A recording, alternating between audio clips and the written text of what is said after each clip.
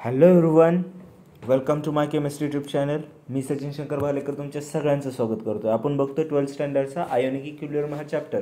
त्या चॅप्टरचा हा तुमचा सेकंड पार्ट. या पार्टमध्ये तुम्हाला काय पाहायचं आहे तर या पार्टमध्ये आपण जो पाठ्यमागचं पार्टमध्ये पाहिलेला जो कन्सेप्ट होता ॲसिड बेस, ॲसिड म्हणजे काय असतं, बेस म्हणजे काय असतं, हे सगळे कन्सेप्ट आपण इथं पाहिले. आता या कन्सेप्टमध्ये तुम्हाला काय पाहायचं आहे तर या कन्सेप्टमध्ये तुम्हाला पाहायचं आहे डिसोसिएशन. तुमचा ॲसिडचं कशा प्रकारे डिसोसिएशन होणार, आपल्याकडे असणारा बेसचं कशा प्रकारे डिसोसिएशन होणार हे आपल्याला इथं पूर्णपणे पाहायचं आहे. हा कन्सेप्ट आपल्याला इथं पाहायचा आहे. ठीक आहे. फर्स्ट ऑफ ऑल जर मी कन्सिडर करा काय घेतलं, ॲसिड घेतलं. ठीक आहे. कन्सिडर मी ॲसिड घेतलं आणि ॲसिडला मला डिसोसिएट करायचं आहे. काय करणार हो आपण, ॲसिडला first of all aqueous solution, ॲसिडचं ॲक्वेस सोल्युशन तयार करतो. म्हणजेच काय, ॲसिडला ॲक्वेस सोल्युशनमध्ये टाकतो आणि त्याचं कन्व्हर्जन होतं H++ जो भेटणारा ॲक्वेस सोल्युशनचा असेल तो म्हणजे काय, बाय प्रोडक्ट म्हणजे ॲज इट इट आपल्याला भेटतो. जर सपोज कन्सिडर आपण काय केलं, आपण घेतलं बेस घेतला. ठीक आहे. मग जर सपोज कन्सिडर आपण जर बेस घेतलेला आहे, आता बेसचं आपण डिसोसिएशन करणार आहेत. ठीक आहे. बेसचं डिसोसिएशन करतोय म्हणजे काय करतोय आपण, तर बेस घेतलेला आहे, बेस आपण काय करतो ॲक्वेस सोल्युशनमध्ये डिझॉल्व करतोय. तोही ॲक्वेस सोल्युशनमध्ये डिझॉल्व केल्यानंतर त्याचं कन्व्हर्जन कसं होणार आहे तर त्याचं कन्व्हर्जन OH- भेटणार ना तुम्हाला काय आहे, बाय प्रोडक्ट. मग आता बघूया. ठीक आहे. हे ॲसिडचं आणि बेसचं आपल्याला डिसोसिएशन करायचं म्हणजे हे तर कळालं आपल्याला की बाबा त्याचं डिसोसिएट म्हणजे त्याचं ब्रेकडाऊन करायचं. एक ॲसिड असेल तर H+ आणि दुसरा बाय प्रोडक्ट असेल जो असेल ते असेल. नेमकं कसं सर, व आपण एखादं एक्झाम्पल तर घ्या की. ठीक आहे. आपण एक एक्झाम्पल घेऊन पाहूया. बघा इकडं सपोज कन्सिडर नोट्समध्ये बघा, सपोज आपण काय घेतलं, एक स्ट्रॉंग ॲसिड आणि स्ट्रॉंग बेस घेतलं आहे. ठीक आहे. जर स्ट्रॉंग ॲसिड घेतलं आहे, एक एक्झाम्पल माहीत असावं स्ट्रॉंग ॲसिडचं एक्झाम्पल आपण HCl घेतलेलं आहे. ॲसिडला काय केलं, HClला आपण ॲक्वेस सोल्युशनमध्ये डीप केलेलं आहे. त्याचं कन्व्हर्जन कसं झालं, H+Cl-. स्ट्रॉंग बेस कोणता, स्ट्रॉंग बेस NaOH. NaOHचं कन्व्हर्जन OH- आणि Na+. ठीक आहे. हे त्याचं कन्व्हर्जन. ठीक आहे. मग जर सर सपोज ठीक आहे एक स्ट्रॉंग बेसचं आपल्याला कळालं, मग आता एखाद्या वीक बेसचं करून दाखवा बरं. चला, वीक बेस माहीत असेल आपण, वीक बेस असेल किंवा याच्या अगोदर पाठीमागच्या पार्टमध्ये आपण पाहिलं की बाबा आपण ॲसिडचे, स्ट्रॉंग ॲसिडचे एक्झाम्पल बघितले, वीक ॲसिडचे एक्झाम्पल बघितले, स्ट्रॉंग बेसचे एक्झाम्पल बघितले, वीक बेसचे एक्झाम्पल बघितले. त्याच्यापैकीच हे एक एक्झाम्पल आहेत. आता सपोज कन्सिडर मी एक घेतलेलं ॲसिटिक ॲसिड घेतलेलं आहे. ॲसिटिक ॲसिडमध्ये काय, तर ॲसिटिक ॲसिडला ज्यावेळेस डिसोसिएट करतो त्यावेळेस त्याचं कन्व्हर्जन H+ आणि कशामध्ये होतं, COOH-. ठीक आहे. कार्बोक्सिलेट आयन आणि H+ याच्यामध्ये कन्व्हर्जन झालं. ठीक आहे. आता इथं आपण अमोनियम हायड्रॉक्साईड घेतलेला आहे. It's a weak base. Ammonium hydroxide ज्यावेळेस आपण ॲक्वेस सोल्युशनमध्ये त्याला डिझॉल्व करतोय, ते डिझॉल्व केल्यानंतर OH- आणि NH4 नावाचा काय होतो, बाय प्रोडक्ट आपल्याला भेटतोय. बाय प्रोडक्ट म्हणजे त्या कंपाऊंडचं जे तुमच्याकडे असणारा ॲसिड असेल, तो बेस असेल, त्याचा अशा प्रकारे डिसोसिएशन इथं होते. ठीक आहे. आला असेल कन्सेप्ट लक्षात. मग आता सगळ्यात महत्त्वाचा जो आपला पॉईंट आहे आजचा, तो म्हणजे कोणता, तो म्हणजे आपल्याकडचा पॉईंट आहे dissociation constant of weak acid and weak base. कशा पद्धतीनं कॉन्स्टंट. फर्स्ट ऑफ ऑल आपण केमिकल कायनेटिक्स या चॅप्टरमध्ये बघितलं, ज्यावेळेस आपण एखादी सिम्पल रिॲक्शन असते आपल्याकडे त्यावेळेस तिचा काय कॅल्क्युलेट करतो आपण, रेट कॉन्स्टंट कॅल्क्युलेट करतोय. मग आत्ता वीक ॲसिड आणि वीक बेससाठी आपण कोणत्या रिॲक्शन बघतोय तर आत्ता बघतोय आपण इक्विलिब्रियमच्या रिॲक्शन. म्हणजे इथं काय कॅल्क्युलेट करावं लागणार आहे तुम्हाला, इक्विलिब्रियम कॉन्स्टंट. त्यालाच तुम्हाला काय म्हणायचं आहे, डिसोसिएशन कॉन्स्टंट असं म्हणायचं आहे. इथे लक्षात, कन्सेप्ट साधा सिम्पली. आता बघा, वीक ॲसिड आणि वीक बेस ह्यांचं आपण डिसोसिएशन कशा पद्धतीनं करणार आहेत ते.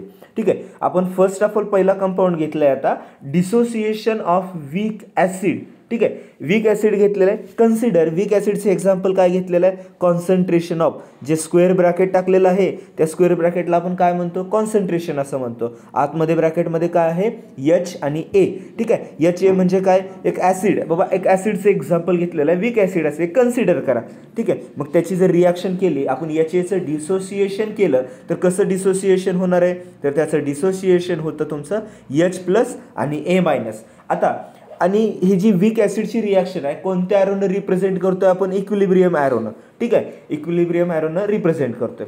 मग फर्स्ट ऑफ ऑल आता आपल्याकडे रिॲक्टंट पण आहे ना आपल्याकडे प्रोडक्ट पण आहे. मग दोन्हीही आपल्याकडे आहेत.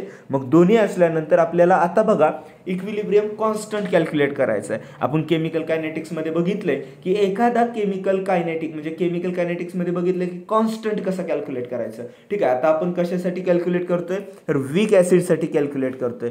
मग वीक ॲसिडसाठी कॅल्क्युलेट करतोय म्हणल्यानंतर फॉर्म्युला काय असणार हो तर फॉर्म्युला असणार आहे तुमचा आता नीट बघा कन्सिडर. फॉर्म्युला असणार आहे तुमचा आता के फॉर कॉन्स्टंट. कशासाठी असणार आहे इक्विलिब्रियम कॉन्स्टंट, ते पण कशातलं ॲसिडमधलं. मग आता काय फॉर्म्युला तयार होणार आहे तुमचा प्रोडक्ट मायनस रिॲक्टंट हा फॉर्म्युला तुमचा तयार होतोय. रिॲक्शन काय होते आपली concentration of HA to gives equilibrium ॲरोनं रिप्रेझेंट करायची आहे वीक ॲसिडची रिॲक्शन. काय भेटलं होतं आपल्याला H प्लस आणि plus A minus he reaction भेटली होती. हा आपला काय होता प्रोडक्ट होता, हा काय आहे आपला रिॲक्टंट आहे. ठीक आहे, मग आता आपल्याला याच्यामध्ये काय करायचं आहे तर याच्यामध्ये आपल्याला आता त्याचं कॅल्क्युलेट करायचं आहे म्हणजे डिसोसिएशन कॉन्स्टंट कॅल्क्युलेट करायचं आहे. कसा कॅल्क्युलेट करणार साधं सिंपल. फर्स्ट ऑफ ऑल माहीत असावं equilibrium constant is called as dissociation constant. मग फर्स्ट ऑफ ऑल आता बघा हा साईडचा प्रोडक्ट फॉर्म्युला कसा तयार होणार आहे तुमचा.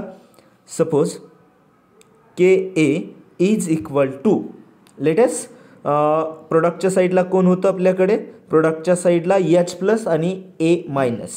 ठीक आहे, बघा आता concentration of H plus into concentration of A minus divide by रिॲक्टंटच्या साईडला कोण आहे आपलं कॉन्सन्ट्रेशन ऑफ HA मीन्स काय घेतलं आहे आपण इथं वीक ॲसिड घेतले. आलं, हा तुमचा तयार झाला फॉर्म्युला. कशाचा फॉर्म्युला तयार झाला आहे हा आपला तर हा आपला फॉर्म्युला तयार झालेला आहे dissociation constant for weak acid. ठीक आहे, हा लक्षात ठेवायचा. आता सपोज तोच फॉर्म्युला आपल्याला सेम कन्सिडर करायचा आहे कशासाठी तोच फॉर्म्युला आपल्याला कन्सिडर करायचा आहे आता वीक बेससाठी. आता बघा वीक बेसचं आपल्याला डिसोसिएशन कॉन्स्टंट कॅल्क्युलेट करायचं आहे. मग वीक बेससाठी आपण इथं एक्झाम्पल पाहिलेलं आहे. कोणतं एक्झाम्पल घेतलेलं आहे नीट बघायचं. BOH concentration of BOH is equal to weak acid म्हणजे इथं कन्सिडर करतो reaction concentration of BOH to gives OH minus plus B साईडचा हा काय आहे तुमचा प्रोडक्ट. ठीक आहे, हा तुमचा प्रोडक्ट आणि इकडचा BOH काय आहे तुमचा रिॲक्टंट आहे. मग इथंही तुम्हाला सेम असणार आहे. इक्विलिब्रियम कॉन्स्टंट कॅल्क्युलेट करायचा. इक्विलिब्रियम कॉन्स्टंट म्हणजेच काय असतं बेस डिसोसिएशन कॉन्स्टंट असतं वीक बेससाठी बेस डिसोसिएशन कॉन्स्टंट. मग for this reaction same product minus reactant हा फॉर्म्युला असणार आहे. पण आता बेससाठी कॅल्क्युलेट करताय म्हणल्यानंतर तुम्हाला काय KB हे कॉन्स्टंट इथं यूज करावं लागणार आहे. कोणतं constant KB is equal to product divide by reactant. मग प्रोडक्ट कोणतं असणार आहे तुमच्या रिॲक्शनमध्ये आत्ताच आपण बघितलं प्रोडक्ट साईडला कोण आहे तुमचं ह्या साईडचा प्रोडक्ट OH मायनस आणि B प्लस हा तुमचा प्रोडक्ट आहे. आणि इकडल्या साईडला बघितलं आपण रिॲक्टंट साईडला कोण आहे कॉन्सन्ट्रेशन ऑफ BOH. मग तेच बघा आता फॉर्म्युला कसा तयार झालेला आहे आपला प्रोडक्टच्या साईडचा B plus into concentration of OH minus divide bye BOH concentration of BOH. हे झालं तुमचं dissociation constant for the base. आला कन्सेप्ट साधा सिंपल व्हेरी इझी कन्सेप्ट होता. ठीक आहे, खूप भारी कन्सेप्ट झालेला आहे एकदम इझी सगळ्यांना लक्षात आलेला असावा. ठीक आहे, पुढचा पॉईंट बघूया. मग आता सपोज कन्सिडर करा आता ह्या पॉईंटमध्ये आपल्याला काय पाहायचं आहे तर ह्या पॉईंटमध्ये बापरे कसलं पॉईंट आहे बघा ऑसोल्ट डायल्युशन. ज्यावेळेस तुम्ही आता 12th कंप्लीट केल्यानंतर एक हायर एज्युकेशनमध्ये जाचाल त्यावेळेस तुम्हाला याची बाबा हे ऑसोल्ट डायल्युशन जे तुम्ही आत्ता थेरॉटिकली शिकताय त्याचं तुम्हाला ज्यावेळेस तुम्ही प्रॅक्टिकली नॉलेज घेता ना त्या टायमिंगला तुम्हाला माझी आठवण येणार आहे.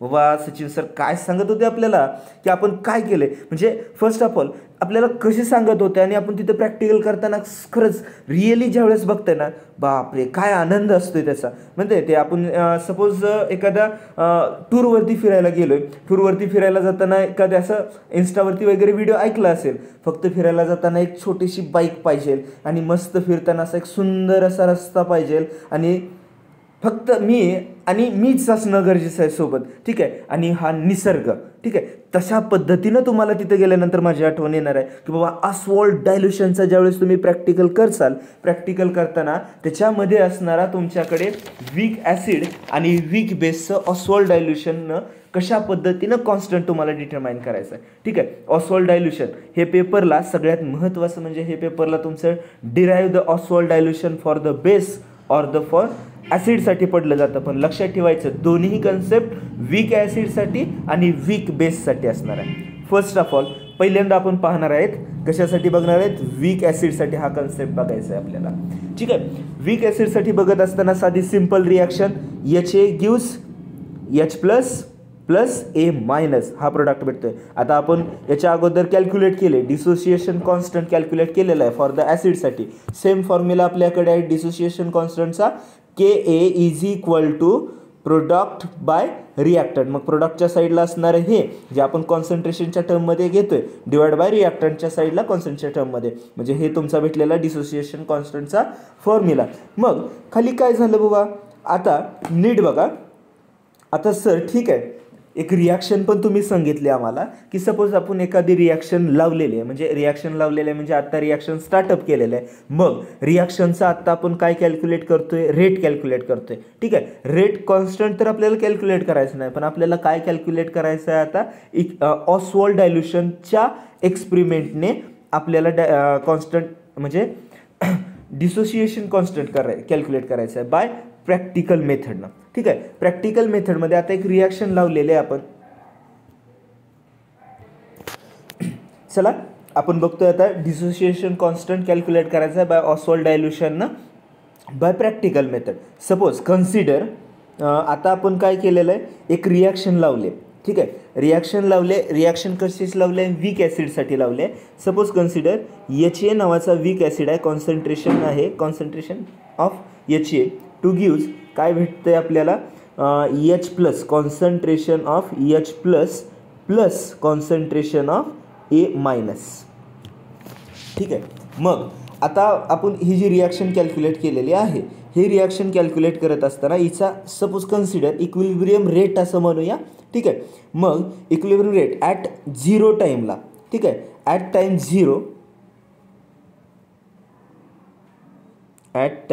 0 तुमचा रिॲक्टंट होता 1, पण पण प्रोडक्टमध्ये काय कन्व्हर्जन झालं आहे का, नाही, अजिबात काही कन्व्हर्जन झालेलं नाही. प्रोडक्ट कसलंही कन्व्हर्जन, कारण 0 टाईमला रिॲक्शन तुम्ही आता हे जे सोल्युशन आहे ह्या बिकरमध्ये वेगळं सोल्युशन आहे, सपोज इथं असणारं हे बिकर हे वेगळं सोल्युशन आहे, इथं त्याचं प्रोडक्टमध्ये कन्व्हर्जनच झालेलं नाही ना, 0 रिॲक्शनच लावलेलं नाही, तर कन्व्हर्जन कसं होईल.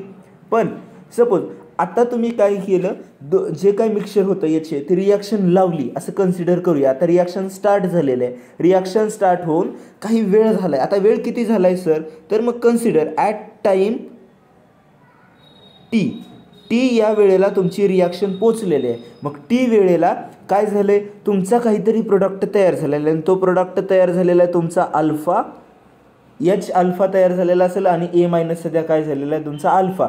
म्हणजेच तुमच्याकडे असणारा रिॲक्टंट आधी किती होता, 1, ठीक आहे, 1 होता. आता 1 मधून काय वजा झालेला आहे, अल्फा वजा झालेला आहे, म्हणजे रिॲक्टंट काय असणार आहे तुमचा 1 - अल्फा. इथे लक्षात, ॲट टाईम टीला तुमच्या रिॲक्टंटमधून काहीतरी पोर्शन कमी झाला आहे, तो कमी झाला आहे, पण कन्व्हर्जन कशामध्ये झाले, प्रोडक्टमध्ये कन्व्हर्जन झाले. येते लक्षात, म्हणजे हे जे तुमचं आलेले 3 इक्वेशन आहेत, रिॲक्टंट 1 - अल्फा, प्रोडक्ट तुमचं H+ असेल म्हणजे ॲसिडसाठी आपण बघतोय H+ साठी पण अल्फा, आणि जे बाय प्रोडक्ट भेटले त्याच्यासाठी पण अल्फा. याला काय म्हणतोय आपण, याला म्हणायचं आहे आपल्याला अमाऊंट, ठीक आहे. याला काय म्हणायचं आपल्याला, अमाऊंट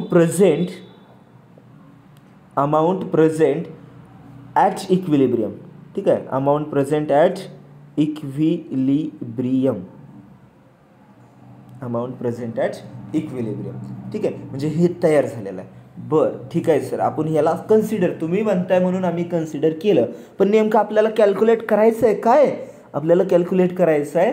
बघा, जर मी याचं कॉन्सन्ट्रेशन म्हणजे माझ्याकडे असणारे हे सपोज हे सगळे जे असणारे म्हणजे रिॲक्टंटचं काय थोडंफार युनिट आहे, त्याच्यानंतर ते प्रोडक्टमध्ये जे रिॲक्शन लावलेलं आहे ते थोडंसं आहे, त्याला आपण अल्फा, पुन्हा दुसरा जो बाय प्रोडक्ट आहे त्यालाही अल्फा असं म्हटलं. ह्या टी टाईमला थोडीशी रिॲक्शन रन झाली असंही तुम्ही म्हणताय.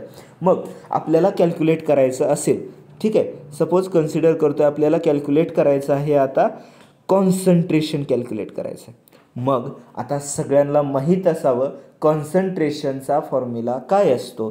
कॉन्सन्ट्रेशनचा फॉर्म्युला असतो कारण आपल्याला कॅल्क्युलेट काय करायचं आहे, कॉन्सन्ट्रेशनचा फॉर्म्युला असतो तुमचा.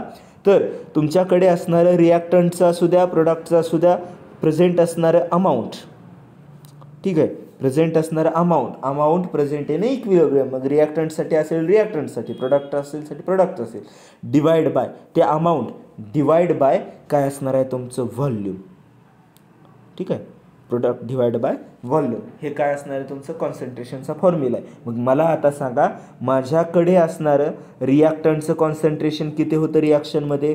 तर रिॲक्टंटचं कॉन्सन्ट्रेशन होतं माझ्याकडे 1 मायनस अल्फा, ठीक आहे, डिवाइड बाय त्याचं कॉन्सन्ट्रेशन काढतोय मी काय व्ही फॉर व्हॉल्यूम.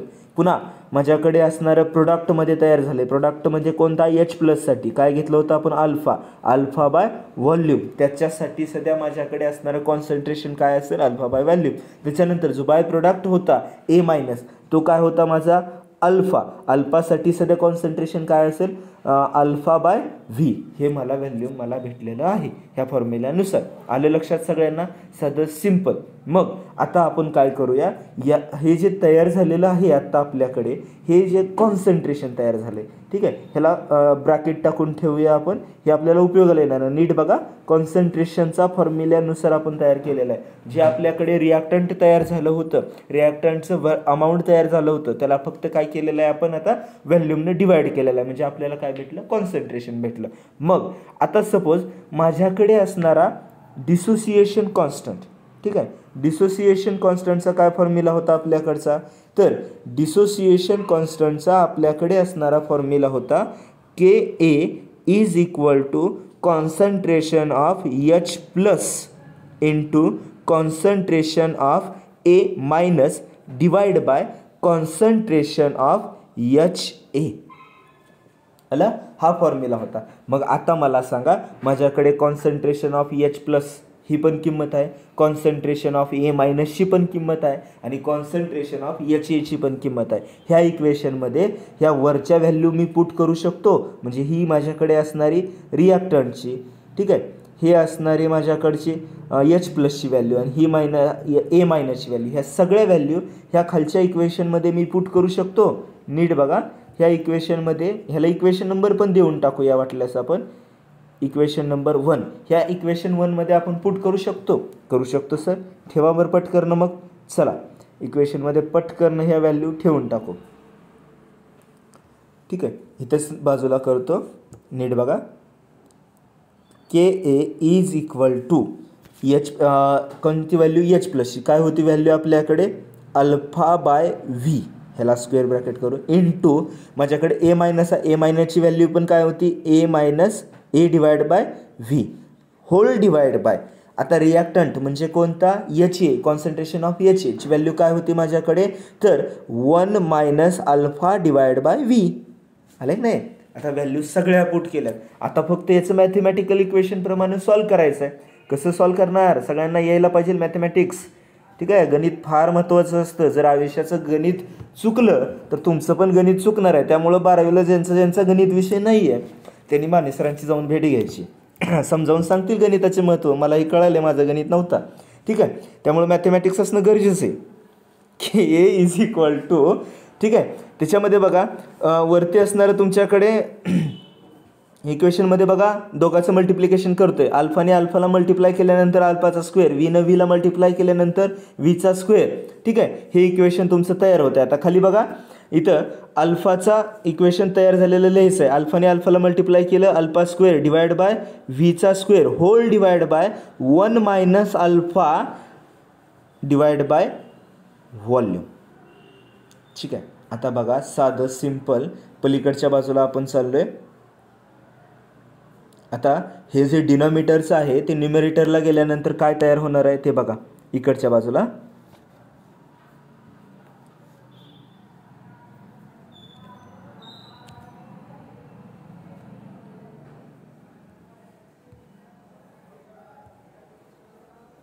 बघा alpha square divide by V square is into वरती व्ही आलं डिवाइड बाय 1 मायनस अल्फा. मग आता ह्या व्हॅल्यूमधला स्क्वेअरमधला कॅन्सल झालं. आता फक्त उरलं काय माझ्याकडं alpha square divide by volume into 1 minus alpha आलं. तयार झालेलं हे तुमचं इक्वेशन नंबर 2. हे बाळा इक्वेशन नंबर 2 म्हणजे तुमच्याकडे आलेली ओसवाल्ड डायल्युशन थ्रू तुमच्याकडे आलेलं डिसोसिएशन कॉन्स्टंट ऑफ वीक ॲसिडचा फॉर्म्युला काय आलेला आहे alpha square divide by V into 1 minus alpha. हा फॉर्म्युला तयार झाला आहे. आता हाच फॉर्म्युला नीट बघा हे तयार झालेलं. थोडंसं इकडच्या बाजूला जाऊन आपण बघूया.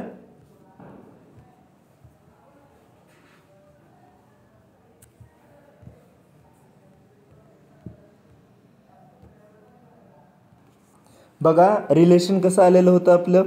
हे जे आपण ठेवलेलं व्हॅल्यू पुट केल्यानंतर ह्या व्हॅल्यूमला हे व्हॅल्यूम कट झालं आणि आपल्याकडे लास्टचं इक्वेशन भेटलेलं होतं.